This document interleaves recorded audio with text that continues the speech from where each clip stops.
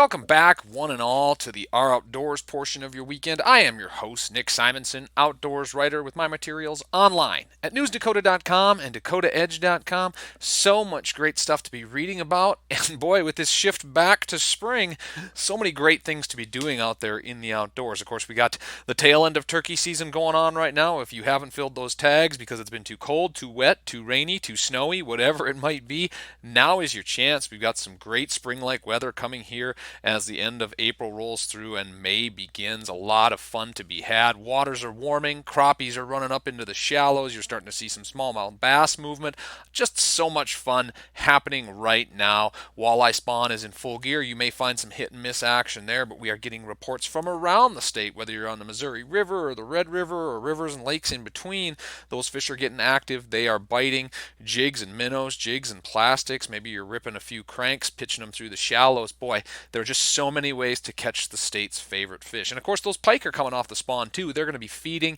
You just have so many different incredible options here in North Dakota to get out there, and there's a lot of fun to be had. So take advantage of these awesome days, these warmer days, as these fish get more active and you have a chance to get out there and catch quite a few. So fill those turkey tags, get out there fishing. Now is the time, prime time, to be having a lot of fun. And we are in prime time for another great project that's happening on the eastern border of North Dakota in the Red River Basin, thanks to the Minnesota DNR and their 20-year Phase 1 of the Sturgeon Restoration Program. That's right, Lake Sturgeon going back into the waters where they have been extirpated as a result of water quality issues and low-head dams breaking up and fragmenting their habitat over the last 100 years. But with some incredible changes and a great program, we are seeing these fish show up to 60 inches in length on the Red River and points between Lake Winnipeg and their spawning grounds. That info is coming up right after the break.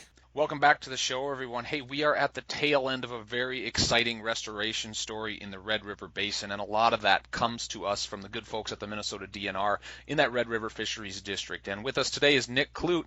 He is the Red River Fisheries District Specialist for the Minnesota DNR, working on restoring these great lake sturgeon to the area. Nick, welcome to the show.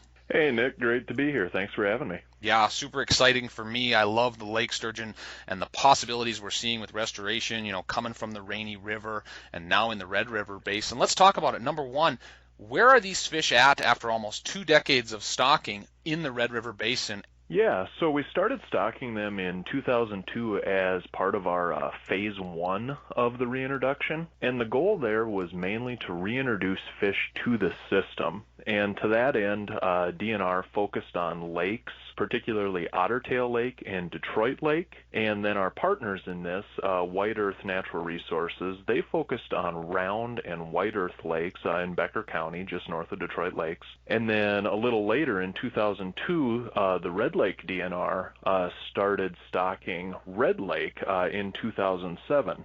Now, as we move into Phase 2 of this restoration, we're really making a move toward natural reproduction. And so in 2023 into 2029, we're going to focus more on rivers and cease that lake stocking. So that stocking will move over toward the Ottertail River, the Buffalo River, and the Red Lake River, and at a lower rate than we had been stocking.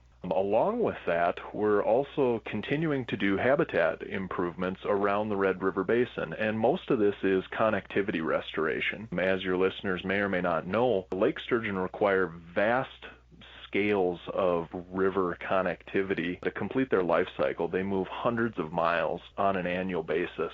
And around the Red River Basin, we have a legacy of dam construction. And those dams fragmented the river into smaller segments where you just couldn't get those fish to the habitat they needed to carry out their life cycle. But on that front, concurrent with that stocking program, we've been aggressively pursuing dam removal projects as well as other barriers to fish movement. And of the 77 dams or major fish barriers in the Red River Basin on the Minnesota side, we've been able to remove 40 of those, with an additional 8 removals set for the near future in the next 1 to 5 years. It's an exciting prospect to see those river miles open up. Talk about how the dam removal becomes this really nice, easily accessible riffle complex. So when we go in and we remove a dam, the first and foremost thing we want to make sure in a lot of cases is that we don't impact the water level of the lake up above the dam.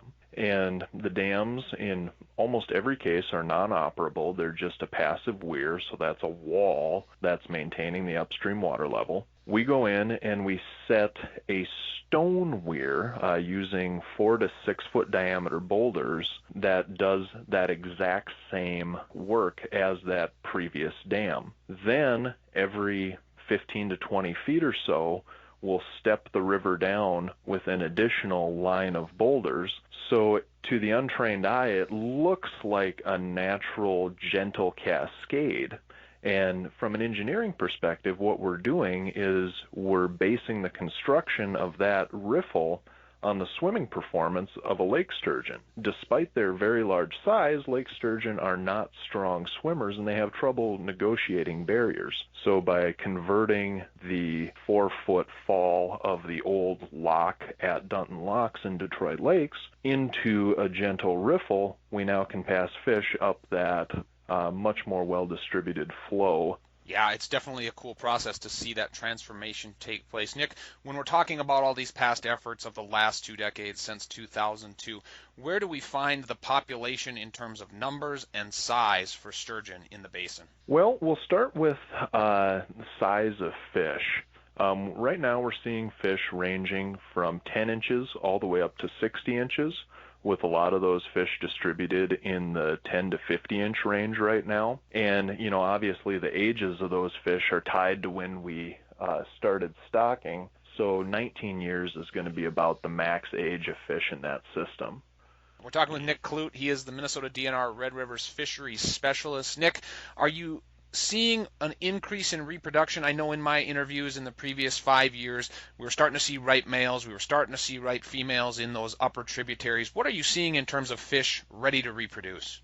Yeah, so in 2019, we really had an exciting happening as far as this program is concerned. We discovered our first sexually mature female. She was caught below Big Pine Dam on the Otter Tail River just north of Perham. And that was our first sexually mature female. And, she was one of 80 lake sturgeon that were handled that spring, and she was the only one that was observed running eggs.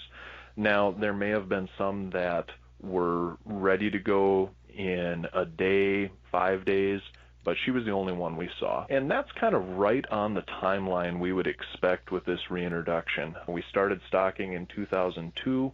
These females typically are going to mature at ages 22 to 26, but because it's a reintroduced population, you can move that up about 5 years.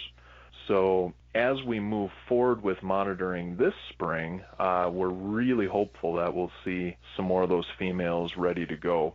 Here's hoping you find a lot of those fish in both genders that are ready to go. We're talking with Nick Kludt, Minnesota DNR Red River Fisheries Specialist, in regard to the sturgeon projects in the Red River Basin. So looking ahead to that survey, obviously you're itching and raring to go to get out there, having missed last year. What are the survey plans coming up for 2021, and how do DNR agents go about surveying sturgeon? The methods we typically use in the spring is we will go below some of these riffles or dams that are still in existence, and we will electrofish for them. Then we will bring them back on shore and work them up, simply because when you have a fish that's 50 inches on a small river shocking boat, it's not the most practical to be doing a fish workup. So for our safety and for the fish's safety, it's just much better to put it in a tank and then bring it to a shore station to work it up. We'll be continuing our tagging program this spring. That uses a dangler tag that is attached externally to the fish.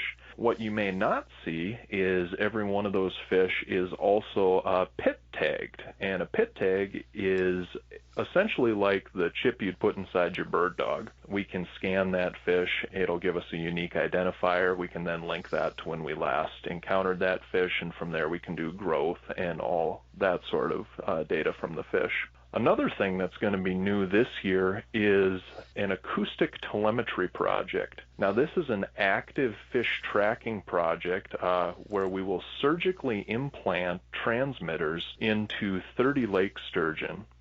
And from roughly the Breckenridge-Wahpeton area all the way up to Lake Winnipeg, the south basin of Lake Winnipeg, the Winnipeg, and the Assiniboine rivers in Canada are all covered with acoustic receivers. These are essentially hydrophones that are pre-positioned on the river bottom to listen for these sturgeon as they disperse throughout the system. And the goal of this project is, number one, to learn a little bit about these fish's movements. And the second major goal of this is if DNR is going to have a long-term monitoring program for these fish, similar to, say, your lake survey program, well, we need to know when and where is the most effective place to sample them. And that's a long-term project. Tag life on those fish is going to be 6 years. And the reason for that is we need to see if those trends are stable across what we hope are a variety of river conditions. That is one of the coolest things I think I've heard in fishery science in a long time. So congratulations on that. That's very, very interesting. So when you have such a large range, and maybe now, comment on now and then obviously in the future, where are you hearing anglers catching these stock sturgeon, whether it's an incidental catch or they're reporting it? Are you seeing much movement from where they're stocked in these headwaters down to, say, Lake Winnipeg? Where are they starting to show up? Yeah, one of the furthest movements that I'm aware of would be one that was tagged in the Ottertail River in the vicinity of Orwell Dam by Fergus Falls. That fish was last detected transiting Loon Narrows into the north basin of Lake Winnipeg. It accomplished that in the span of about a month, as I recall. Jeez. So when I say these fish move vast distances, I mean that in all sincerity. In other lake sturgeon tracking projects around the U.S., it's not uncommon to have a fish hanging out in a preferred habitat for quite a long time, months on end, and then all of a sudden up and appear several hundred miles away with its next detection. They are incredible long-distance movers. As to where anglers are encountering them, it's funny you brought up some of our dam removals and river restorations, those rock arch rapids as we call them, as really good shore fishing sites. On the Red River, a lot of anglers who report tagged lake sturgeon are fishing below those, and that appears to be excellent sturgeon foraging habitat because we get tag returns from those locations across the summer. That's exciting, and it's certainly a unique catch for anglers who might be looking for catfish or other species.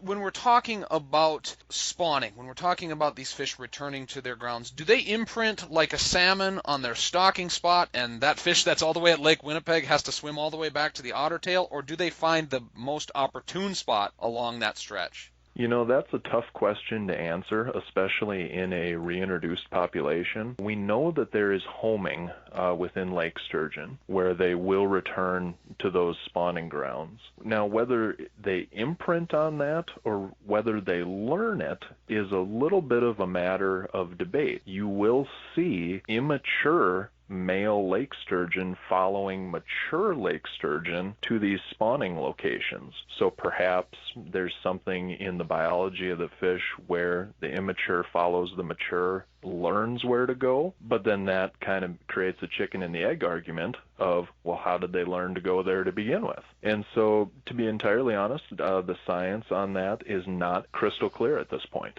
Just a fascinating species altogether, and it's always been one that's kind of puzzled me and intrigued me. I might argue with you that I think they're pretty strong swimmers. Up on the Rainy, when you hook into one, it can be pretty challenging. So.